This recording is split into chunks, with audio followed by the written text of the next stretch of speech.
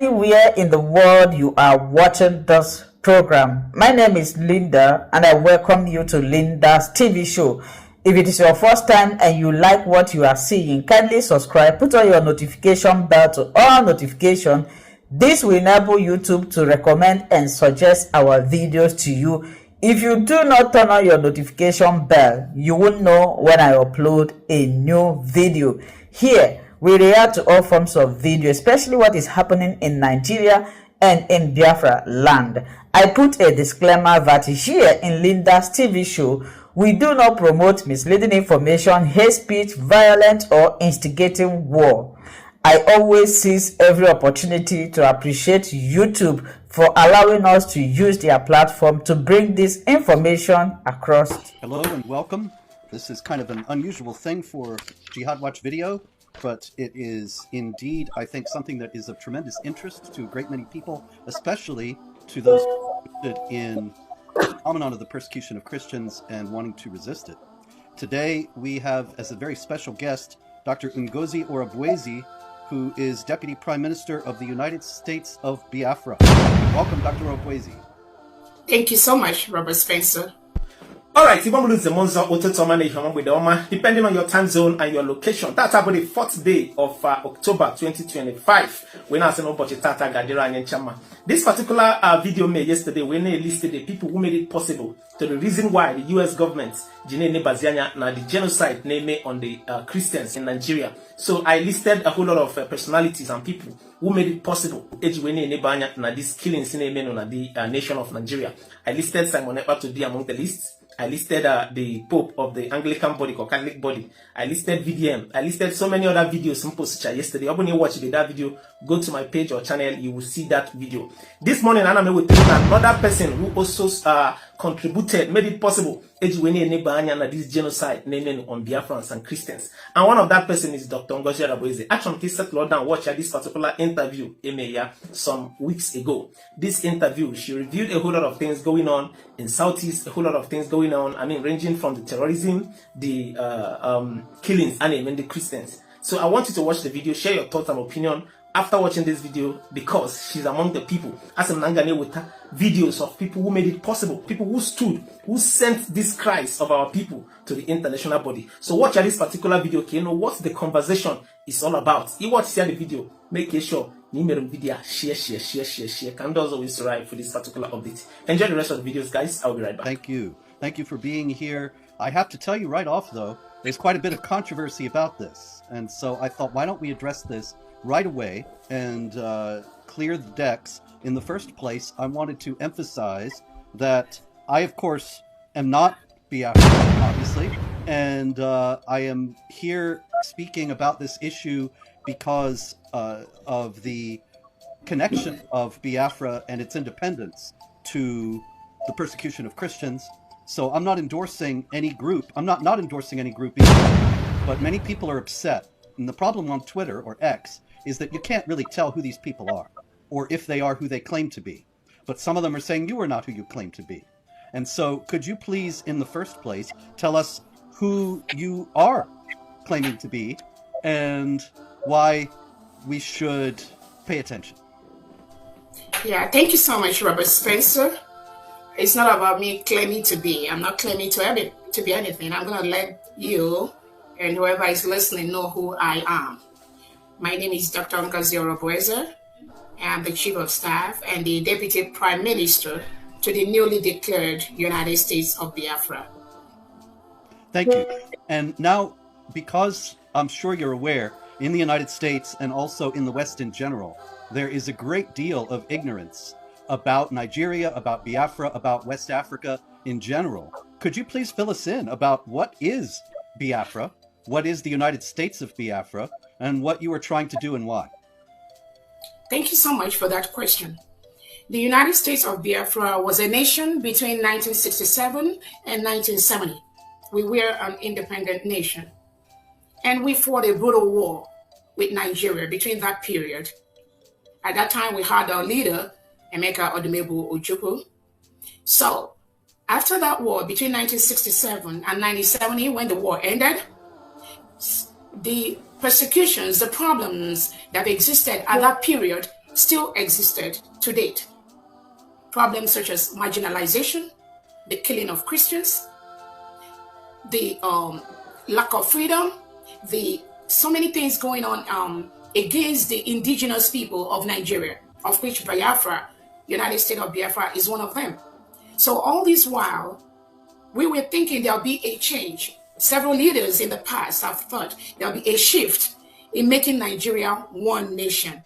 But over the years, it has proved abortive, based on several things that have been going on that have made the life of an indigenous Nigeria a risk. Let me just put it that way.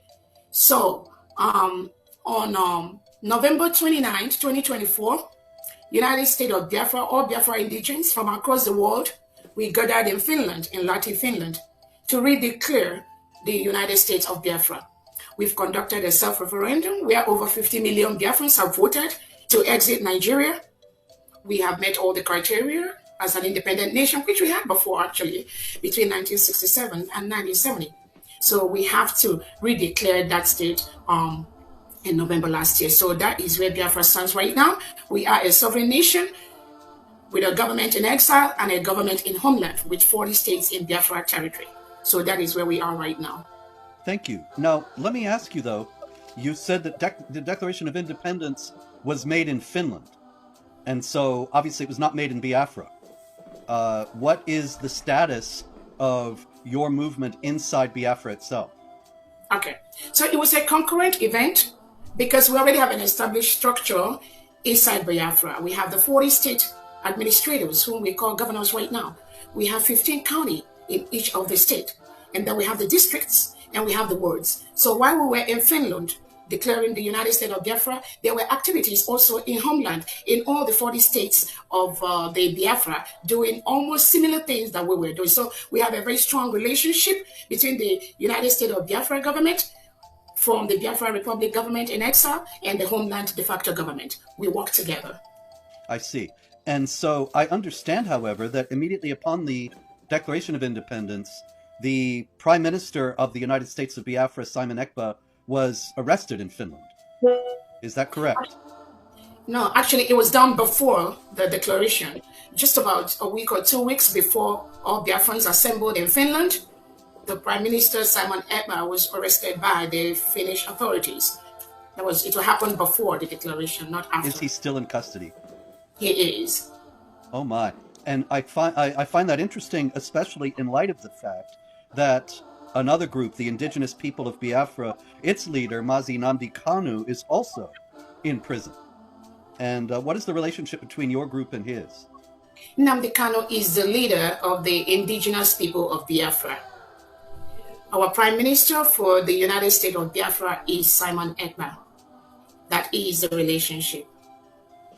Well, I hope that Biafra will be able to proceed in a manner that is not done in by any internal factions.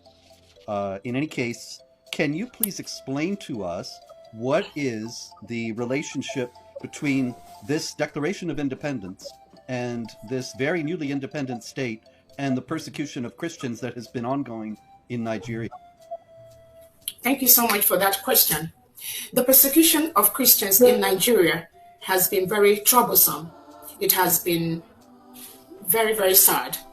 The recent IRF summit that happened in Washington, D.C., Nigeria was declared as one of the deadliest places for Christians to live, with a report of over 10,000 Christians killed in Nigeria. So we have a country where they practice two laws: Sharia law in the northern part of Nigeria, and then the secular law in the other parts of Nigeria. And if you are a Christian born in the northern part of Nigeria, you are forced to live by the Sharia rules.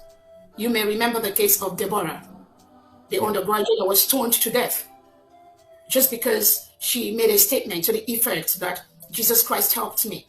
And then the Muslim extremists around her were able to pursue her, drag her out from the teacher's office where she went to, and they stoned her to death and they burned her. This is just one incident. There are several incidences where Christians are murdered and buried in mass graves in Nigeria, because the Nigerian state has a policy to reintegrate and rehabilitate non-terrorists into the Nigerian state. So when you are a government and you reintegrate non-terrorists into the country, what kind of country are you going to be building? So you have situations where the reintegrated terrorists, they take over the indigenous people's community, especially the Christian communities, like in Southern Kaduna, in Jos, in Plateau, in Biafra land. Recently, between December 2024 and today, we've had over hundreds of Christians that were killed in Biafra land by the Fulani terrorists and the reintegrated terrorists wearing Nigerian military and police uniform. This is what the Christians go through in Nigeria over the years. There is no solution. There is no comment from the government. Everybody just turns a deaf ear. And that was part of the reason why the United States of Biafra has declared their independence. Because we cannot continue to live in a country where the government reintegrates non-terrorists into the police, into the military, and send them down to the Biafra territory to kill anyone that talks about Biafra, anyone that talks about their independence. And mostly, all Biafrans are Christians. So that's what's been going on. There's several instances too. So you are saying, am I understanding you correctly, that the Nigerian federal government is actively aiding the jihad terrorists? Definitely, by reintegrating non-terrorists into the country. Do you think that this is a connection to the fact that the former president was a Fulani himself? Again, over the years, in the past leadership in Nigeria, we have had more of these Islamic leaders that have ruled Nigeria. So if you have been, I know as you are aware, Nigeria is supposed to be a secular state where we have equal representation of both Christians and Muslims. But the country is now an Islamic state. It was declared as an Islamic state by Britain without the permission of the Christians. So Nigeria has been dragged into the IOC without the permission of the Christians. So there has been a systemic plan to Islamize the country where we are really right now. So it has been like that, and that is what is really going on, which has led to the loss of life of so many Christians and innocent indigents inside Nigeria. Yes, thank you. With the leader of your movement in prison and Kanu in prison, what are the real prospects, though, for you being able to establish a genuinely independent state that is free from interference from the Nigerian government and military? Thank you so much for that question. So we've been following all the allowed laws that guide the establishment of a new nation. We have our geographical area already mapped out. We've been building alliances with countries like the Eritrean government in exile, the Ambazonia government, and several other countries that really recognized Biafra between 1967 and 1970, but never ever surrendered or said they no longer support us. So those alliances have been built. And we are following every step as a nation with the cabinet already set up, following all the due process to ensure that we go through the legal processes for United States of Biafra to be recognized as one of the newest independent nations in the world. So we are going through the allowed legal process by the United Nations, by the African Charter. All that is being put in place at this time to make our country recognized all over the world. So have you received any positive responses from the UN or from other states or the United States for that matter? Again, all that is in process. Just remember, we just declared our independence in November 2024. So our legal department are putting all the right papers in the right table to ensure that those recognitions come. But like I said, we already got a couple of recognitions from some of our allies, and we are, the nation was invited during the Donald Trump inauguration. We were in Washington, D.C., of which Nigeria was never invited. And I believe there's several human rights reports about the injustices, the abuse of human rights, the killing of Christians, both by the United Nations, by the African Union, and other bodies. So we are in the process of doing that, and we're getting a lot of positive response in building a very free nation, devoid of jihadism, devoid of persecution, where human rights are respected, where people rights are also respected. So we are in the course of doing that right now. You know, that's fascinating. Did you say that the Trump administration invited your group to the inauguration and not the Nigerian government? Yes, yes. Nigerian government was not there, and if you recently Trump has cut off the U.S. aid to Nigeria, about $1.2 billion that they send to Nigeria every year. That has been cut off. It has been stopped because the abuse by the Nigerian government is huge. But at every step, they have used the network they have either in Europe or in France to suppress the freedom of indigenous Nigeria, especially the Biafrans. So even the United, when they arrested the leader, Nnamdi Kanu, there was a committee set up by the United Nations to look into the case because Nigerian government planned and they kidnapped Nnamdi Kanu from Kenya to Nigeria. Nnamdi Kanu has been in DSS dungeon now for almost 5 years, going to 5 years. Even though there was a committee on the arbitrary detention of innocent citizens, that committee of the United Nations sat and they ordered Nigeria to release Nnamdi Kanu and compensate him. Till today, that has not happened. So these human rights abuses is what even in the United Nations Committee on Human Rights 2 years ago, when Nigeria applied to be part of that committee, Nigeria got only about 2 or 3 votes. Countries like Ghana, countries like Kenya are making huge impact in the areas of human rights, in the areas of freedom of their citizens. But Nigeria has been it's just a failed state, has been deteriorating by the second. Yes, that does seem clear. And it's an excellent sign, really, to get that invitation from Trump, because Trump, of course, has very clearly set out a path since he's become president again of trying to establish a new order in the world, not a new world order, which is what the other people are all about, but try to end some of the madness of the United States giving aid to failed terror states such as the government of Nigeria and the Palestinians and so on, and instead aiding genuine struggles of indigenous peoples for independence. And so I hope that that will be followed through by this administration in terms of genuine support for the struggle of the people of Biafra and aid for them to be able to establish their independence.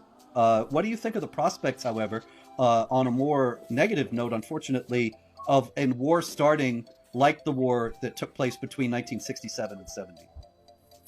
Thank you so much, and I thank you for that comment. Where the expectation of Biafrans is we get the support from the United States of America, and again we already see some signs to that, and we are very, very happy at where we are right now. In the area of the war breaking out, or what happened between 1967 and now, I have to let you know that is a different scenario right now. So many things have changed. In the area of the information that the world have right now on what Biafrans went through between 1967 and 1970, there's a lot of awareness right now that has been created by Biafrans all over the world that we all need to go home and develop our nation. Unlike in the past, where there is suppression, there's limited information of what is happening inside the Biafra territory. During the 1967 to 1970 war, Nigeria carried out a mass starvation of innocent kids. We are over 3 million, and almost 3 to 5 million innocent Biafrans were starved to death because they didn't have the right information. Some of the countries in the world didn't even know what is happening. So many things have changed. We don't expect that. The killings that have been done by the Nigerian state on a daily basis, even as of 2 days ago, some of the images are so gory. And when you see the pattern of these killings are patterned after jihadism, after the terrorism, because Biafrans are by nature very, it is difficult for Biafrans to spill blood. But what happens is that the delegitimized Nigerian governors that are occupying the Biafra territory in the southeast and south part of Nigeria, working collaboratively with the Nigerian state, they ship all these killers, all these mercenaries into the Biafra land. So the world has more information right now on what is happening in Biafra territory. That is why the way we are going about it right now is definitely going to be different from what obtained between 1967 and 1970. I certainly hope so. And in conclusion, what would you say to the Christians and other people of goodwill around the world about the struggle of the people of Biafra today? Thank you so much for that question. Christians in Nigeria are begging to live. We are begging to live. People are attacked in their homes with guns, with AK-47, with machetes. People are butchered while they are sleeping. Innocent children are butchered. Women and girls are raped in the bushes. Christians cannot converge and practice their religion securely and safely in Biafra land and in other parts of Nigeria. What I have to say is that we have to be persistent. We have to carve out a country where both Christians and Muslims have the right to exist without anyone killing each other. But what happens in Nigeria is that you have a country where there is an agenda to Islamize the whole country. And this plan is being perpetrated, is being carried out by the Nigerian state.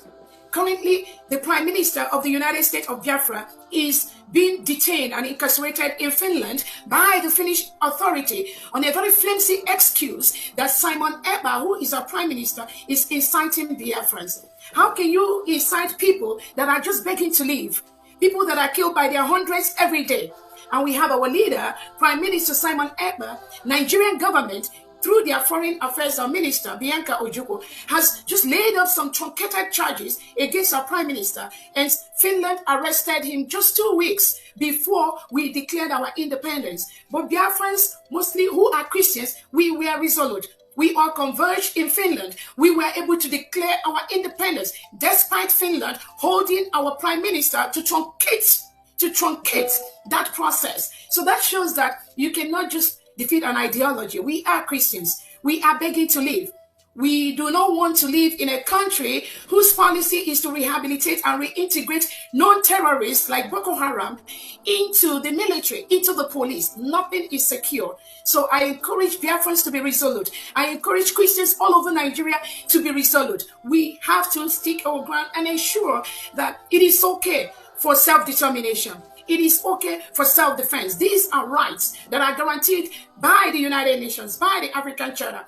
But the Nigerian government, as is currently constituted, is trying to take that freedom away from us. So we are not going to back down. It is our right to choose who is going to be our leader. It is our right to defend our people from the reintegrated terrorists that are coming to kill us. It is our right to go back and develop Biafra land. By the declaration we've done, we are going to go home and practice our religion and not be scared. Just as it happens in near Ebonyi State a few days ago, where people were in the church and they came in and gunned down almost 30 people. Just like that, including innocent children. These children did not commit any crime. Their crime is just to exist in a nation called Nigeria. How long are we going to be forced to live in a country where the president never make any statement to these killings? No remorse. The governor's nothing. All the governor did was do not retaliate. How long are they going to continue to tell us do not retaliate? And we are massacred by the day, by the night. So we are pursuing the course, our freedom to self-defend our land, to self-defend our people, using every legal available means to ensure that our people are not murdered every single day. Excellently stated, and thank you. I would observe that the government of Finland is acting like Western governments.